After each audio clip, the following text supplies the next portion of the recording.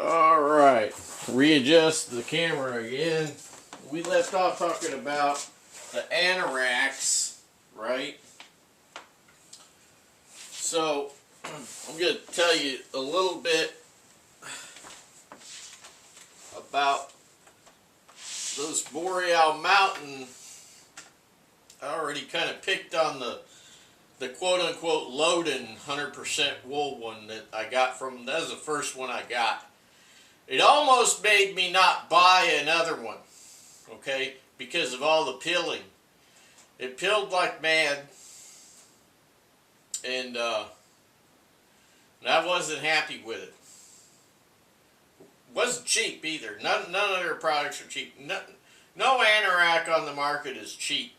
Okay, no wool Anorak on the market is cheap. Let's just say that right up front. None of them are. But I consider my clothing as part of my winter survival shelter. Okay, I'm surviving in my clothing as well as anything else I have with me. Right, that's part of my shelter system. So I always look at my clothing in a very critical way, and I generally am okay with spending a little bit extra for it. You know, if especially when it comes to wool. With the exception of the Filson and the Stormy Cromer stuff that's on the market right now, I'm not going to spend that kind of money for what you're getting. It's just not worth it. Not worth it at all. Too thin. Anyway, I've beat that horse enough. Let's move on to these Anoraks again. So first of all, let's correct something. Loden. Loden is a German word, okay, and it has been misunderstood and used incorrectly in the clothing market. From L.V.I to other companies, they often call green items Loden. Okay, it's not a color. Loden basically is a type of wool. Okay, it's a type of wool. What type of wool is it? Well, it's Melton wool. Melton is a name which is derived out of England. There's a particular region there where they developed Melton wool, and it was adopted by the United States and Canada. So United States, Canada, and England, as well as probably the rest of the United Kingdom, calls it Melton, whereas in Germany they called it Loden. Okay, so it's a type of wool. This is a knit wool. Now, melted wool, of course you have Mackinaw wool too, right? Mackinaw is basically a very tight knit, right? Or a jacquard type, right? Knit, jacquard, it's woven, you know, that's what Mackinaw is. And then Melton is like your blanket type wool, okay? It's also the type of wool used in Navy peacoats, alright? It's like, my peacoat is made with 32 ounce Melton wool. Well, anyway, so they call it the Loden. It's 100% wool. Mine pilled like crazy. It may even still be pilling.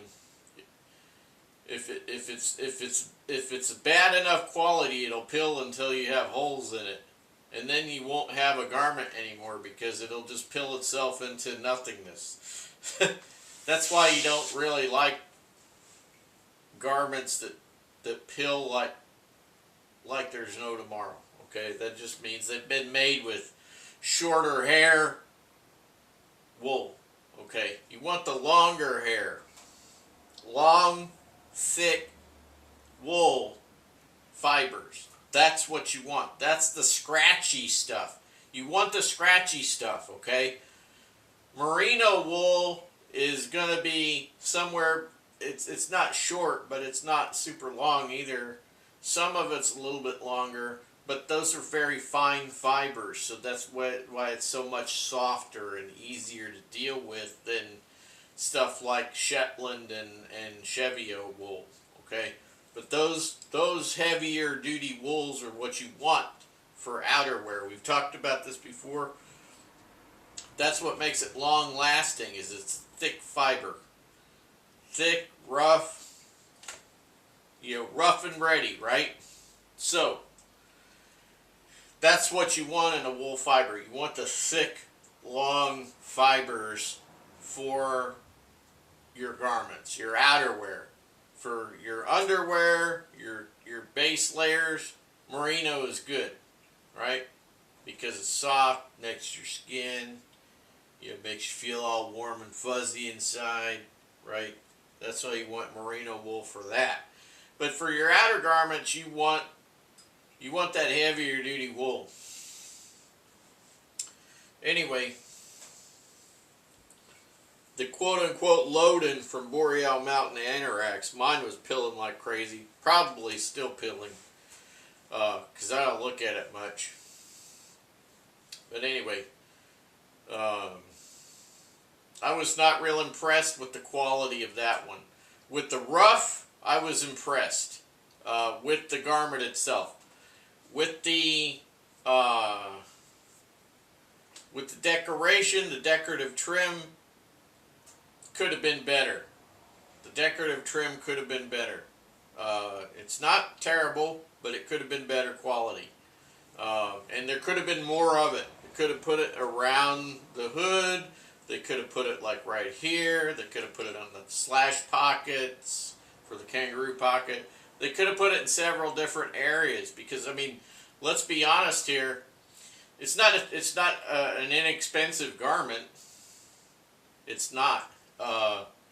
It's not super expensive.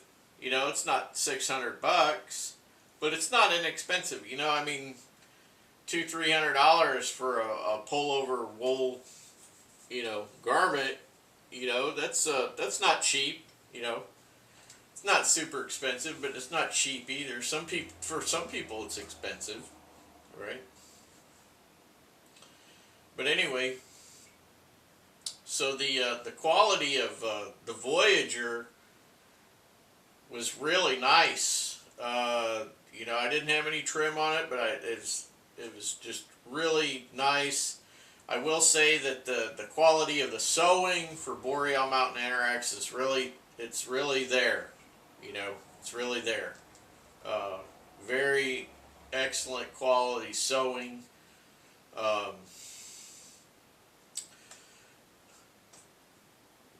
One of the I've got a couple of nitpicks with them. I think that they should have inner cuffs.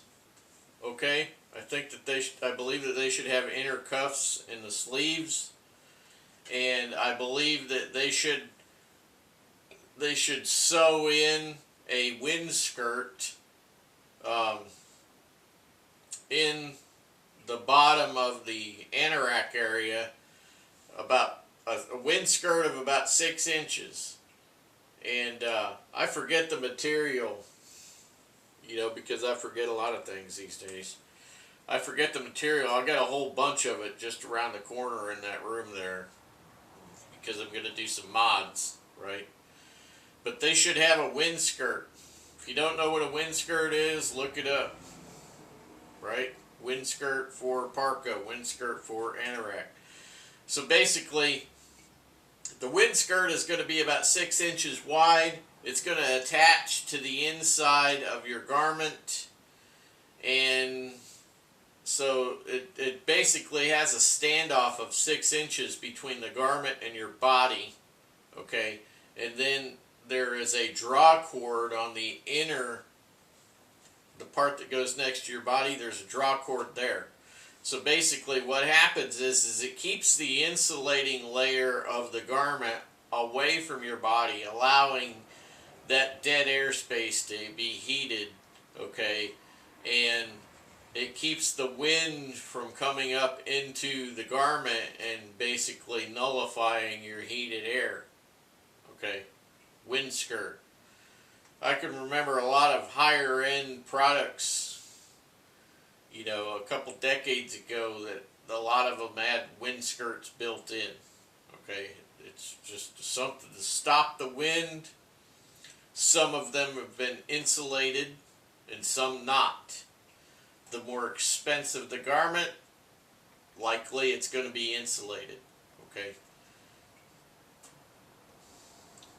You know, you would throw some wool batting in there and call it good, you know.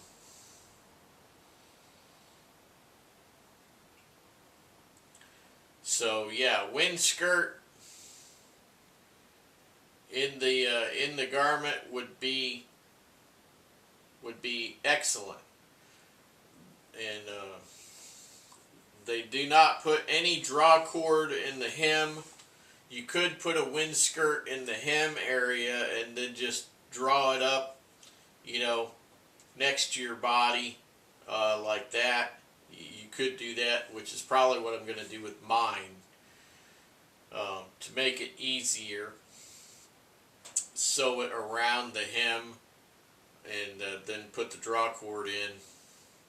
But you know, you need that distance between you and your body so that the outer layer of the garment is not sucked up against your body, because that creates a cold spot. There has to be a standoff between you and the garment to keep the cold on the outside of the garment from, you know, being, you know, interfering with your body temperature on the inside of the garment. So you want that dead air space between you and the garment. You see what I'm saying? Anyway, yeah. So generally, I'm pretty much disgusted with the off-the-shelf stuff on the market as far as wool coats go. And a lot of companies do not want to hear anything anymore. When I was younger, I made suggestions to companies like the North Face and others, and they followed them. SIG of Switzerland, I gave a couple of suggestions to them. The float on the Katadyn pocket filter, okay, that float, yep. The float is now on every hose that you could think of. I've got the original with the floaties that I put on the original Katadyn pocket filter that I had. It's in the other room there, and it's packed in a rucksack. But yeah, we did not get to the Boy Scout books again. We got about a minute left. I'm going to go ahead and I'm just going to probably stop talking about wool stuff right now. We'll do a whole couple of videos on the wool anoraks themselves. I'll get them out and we'll talk about them, okay? Dedicated videos. I use those as my outermost garment. My mid layer is always knits. I'm pretty warm right now. Pretty doggone warm. I don't feel any kind of chill or anything, because these knits, when you double them up, man, it's a night and day difference between a single knit garment and a double knit garment.